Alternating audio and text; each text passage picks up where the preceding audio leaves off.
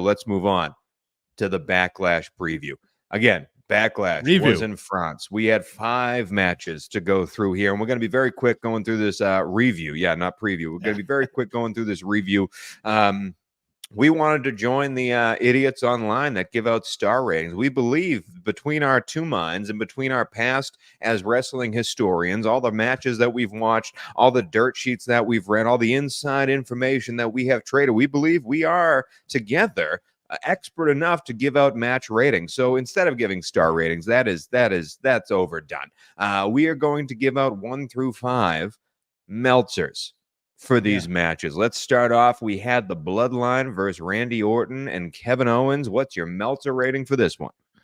I'm going to give this a big 4 Meltzers out of 5. I thought this match was a great way to kick off the show. It was my second favorite match of the night. We got whatever the hell the guy's name is, Tongaloa. I'll get it eventually. He debuted. You sent me that video of this. The looked good on TV, but for the fan cam, the referee had to pull himself out of the ring. But overall, it's still, with all those flaws, 4 out of 5 Meltzers for me for the opening match for Backlash. How about you? Robert, you've already messed this whole thing up, not because of your rating, but because you're doing now what Meltzer himself has fallen trap into. You're going too high, man. You're going too high too early. Listen, 5-star match for me is going to be an almost inconceivable achievement. And when I finally give out a 5 Meltzer, you're going to know it's a Bryan Danielson, Will Ospreay type match. So I really enjoyed myself during this Bloodline and Kevin Owens RKO feud, even with the Tongaloa botch of the referee pulling himself out. Excellent job by that referee, by the way. Yeah. This is 3 Meltzers for me. Let's move on to the women's tag team match. We have the Kabuki Warriors going down. Asuka, legit injured, fighting through all that pain over and over again, doing house show matches, not telling anyone she was in pain, losing to the new tag team champions, Bianca Belair and Jade Cargill. How many Meltzers, Bob? 2.5 Meltzers for me. This match was my least favorite of the night. I wasn't as excited about it going into it at all because I knew Jade Cargill and Bianca Belair were going to win. Just made too much sense to give them the titles. I like this finishing sequence when Jade Cargill hit the Jaded on Kairi Sane and Belair followed it up with the KOD on Asuka on top of Sane. That was cool, but it was a bit like clunky getting there, and overall just kind of a forgettable match. But congrats to the new champions. 0.75 Meltzers. Not even when you put the Meltzers on the screen, don't even put a full Meltzer face. Cut it off, but 0.75. This match stunk, and the ending was a lot of fun. Let's move on to the triple threat. Bayley, Stratton, Naomi. What do you got, Bob?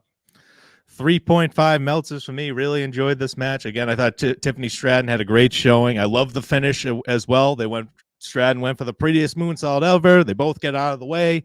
Hit a 3D. They team up to take out Stratton. Stratton really didn't take the pin. Stratton didn't take the cover.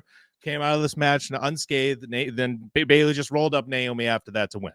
But overall, good match. Not too much to complain about here for me. Yeah, I got 2.5 Meltzers on it. I really enjoyed it. Again, going to be a tough critic here. Not a lot of 5s or 4s or high 4s given out. Not as good as the Bloodline match, but definitely something I enjoyed. 2.5. And then we go. Damian Priest versus, frankly, Jey Uso's entrance was the best part of this match. But again, Bob, what's your Meltzer rating? This one I got to go, I think I'll go 3. I'll go 3 Meltzers out of 5. Again, you're a very easy critic. Oh, well, we were going to talk about this. The crowd made this every match feel like it was like the best main event of WrestleMania. It was unbelievable. If this was in Boston at the TD Garden, this would be a 1.5-star match. But because of France, as Dave Meltzer just burying the hometown, Bob. Jesus Christ. You couldn't have picked Tallahassee? You had to go with Boston? All right. You're giving it 1.5. You're giving it 3. Yeah, go.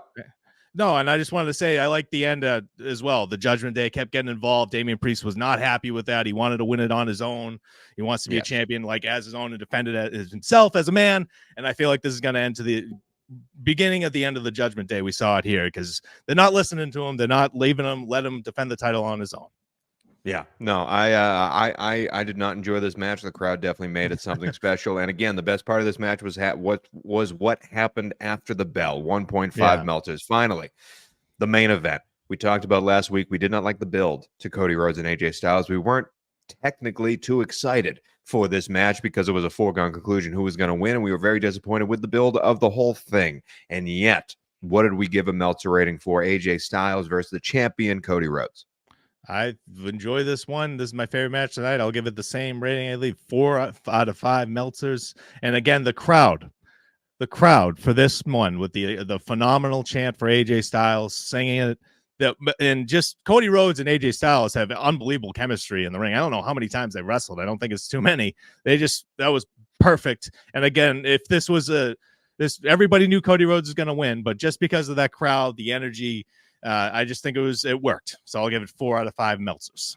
I agree with you. This is the best match on the card. I thought these two guys were excellent in the ring. And yes, the crowd helped, but the match, if this was in Tallahassee, would have gotten 4 Meltzers as well. I thought it was really, pardon the pun, phenomenal. And I thought these two guys were great. And long live AJ Styles, man. That guy's awesome. But overall, for Backlash, as a pay-per-view, as a premium live event, how many Meltzers you giving it?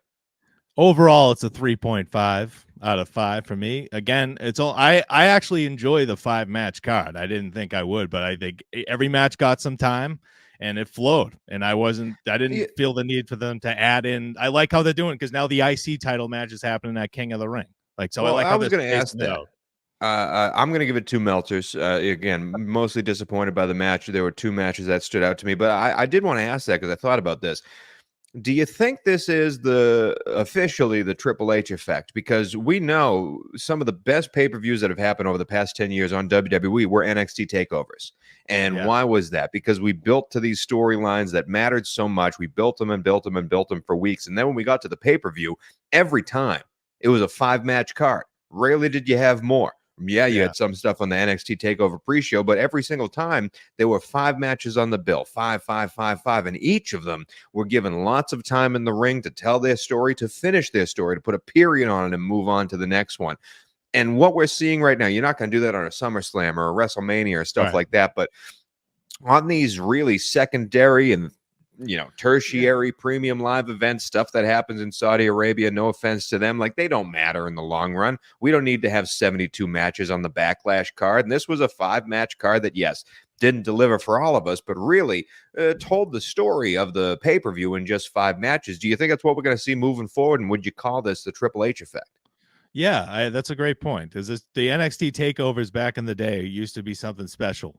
That was before AEW even launched. That was my favorite. NXT was my favorite WWE brand for a while. So yeah, I think that is the Triple H effect. Shorter shows on these, and also going to international shows, they're forgiving of a match that they know the result of. Everybody knew Cody Rhodes was going to win. Yeah, but France was so excited to be there to see these guys in that they just accepted it and they fully bought it and they were flipping out for every false finish. So yeah, but I think 5 matches or less matches per show, and on the secondary premium live events, they go international because the crowd's just excited that they're there.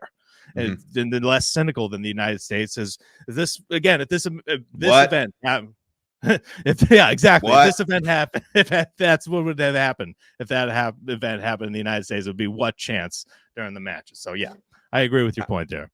All right, and that is it for the Backlash preview. Again, definitely things that we liked, some stuff to improve upon, but overall, France was the real winner of that whole entire pay-per-view, that whole premium live event.